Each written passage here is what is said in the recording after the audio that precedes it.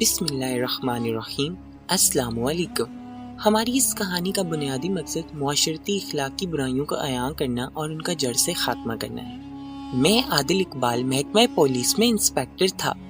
ایک دفعہ میں ڈیوٹی سے گھر واپس آ رہا تھا کہ مجھے راستے میں عشاء کی اذان سنائی دی۔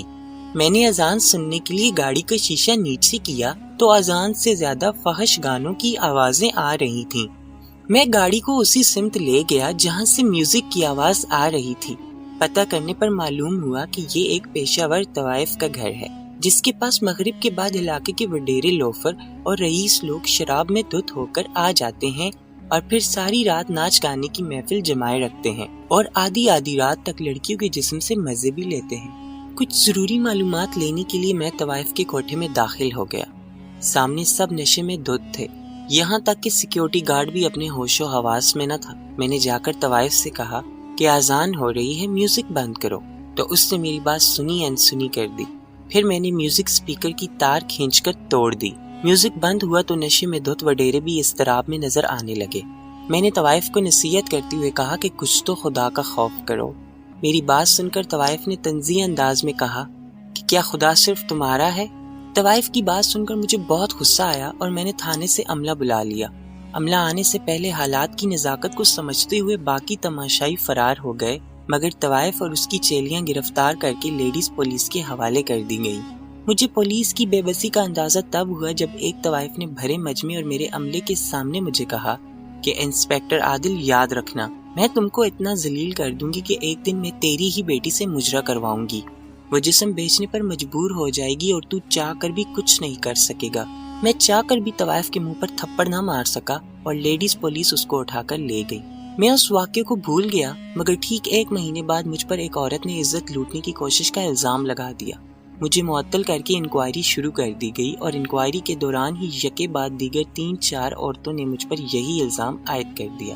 ابھی میں ان عورتوں کے وار سے خود کو محفوظ نہیں کر پایا تھا کہ ایک اور عورت نے مجھ پر الزام لگا دیا کہ میں عادل اس کو جسم بیچنے اور کمیشن دینے پر مجبور کرتا ہوں۔ مجھ پر ان الزامات کے تحت پہلے درخواستیں اور پھر FIR درج ہو گئی۔ میں خود کو پولیس کی گرفت سے دور رکھنے کے لیے عارضی طور پر فرار ہو گیا۔ پولیس والوں نے ایک دن میری بیوی اور بیٹی کو تنگ کرنا شروع کر دیا، یہاں تک کہ میری بیوی کو چوری کے کیس میں گرفتار کر لیا گیا۔ پھر جب میری بیٹی اپنی ماں کی خبر گیری کرنے گئی تو پولیس والوں نے ہی میری بیٹی کو چھونا شروع کر دیا۔ جب میری بیٹی پولیس والوں کی نازیبا حرکات سے تنگ آئی اور رونے لگی تو میری بیٹی کو ماں سے ملوا دیا گیا اور ماں کی رہائی کے بدلے میری بیٹی کو بستر پر رات گزارنے کا کہا گیا۔ تو میری بیٹی نے قانون کے محافظ پولیس والوں سے کہا کہ اگر آپ میری ماں کو میرے ساتھ بھیج دو تو آج رات مجھے مہلت دے دو، کل خود ہی آ کر میں آپ کے پاس رات گزاروں گی، اگر نہ رات گزاری تو بے شک دوبارہ میری ماں سمیت گرفتار کر لینا۔ حوث کے پجاری پولیس والوں نے میری بیٹی کی بات مان کر اس کو ماں سمیت گھر آنے کی اجازت دے دی۔ گھر آتی ہی میری بیٹی نے دودھ میں چینی اور گندم میں رکھی جانے والی زہر کی گولیاں ملا کر دودھ کو ابالنے کے بعد خود بھی پی لیا اور ماں کو بھی پلا دیا۔ دوسرے دن سورج نکلنے سے پہلے ہی میری بیوی اور بیٹی مر چکی تھی۔ مجھے جب بیوی اور بیٹی کی موت کا پتہ چلا تو میری زندگی کا مقصد ختم ہو گیا۔ میں گھر واپس آ گیا مگر مجھے میری بیٹی اور بیوی کا جنازہ تک نہ پڑھنے دیا گیا اور بیوی اور بیٹی کو زہر دے کر قتل کرنے، فحاشی کا اڈا چلانے اور لڑکیوں سے زبردستی کرنے کی کوشش کے الزام میں مجھے گرفتار کر لیا گیا۔ میں نے خود کو حالات کے دائرے پر چھوڑ دیا، مجھ پر الزام ثابت ہو گئے اور جیل بھیج دیا گیا۔ میں آج جیل سے سزا پوری کر کے آ چکا ہوں، لیکن میرے جینے کا مقصد ختم ہو چکا ہے۔